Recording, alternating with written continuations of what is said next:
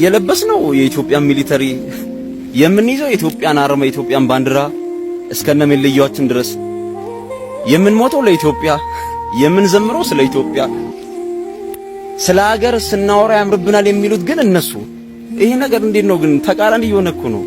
ይኸውልህ ወዳጄ አንተ ኢትዮጵያን የምታውቃት በስክሪን ብቻ ነው፣ በስልክ ነው፣ በቲክቶክ ነው ኢትዮጵያን የምታውቃት ወይ በቲቪ ነው የምታውቃት።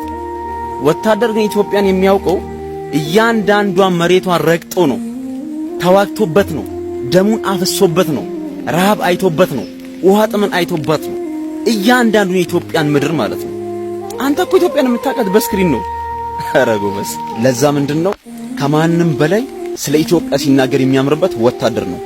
ምክንያቱም ለዚች ሀገር ደሙን የሚያፈስ ህይወቱን የሚገብር ወታደር ስለሆነ ሌላው ሲናገር አያምርበትም ማለት አይደለም።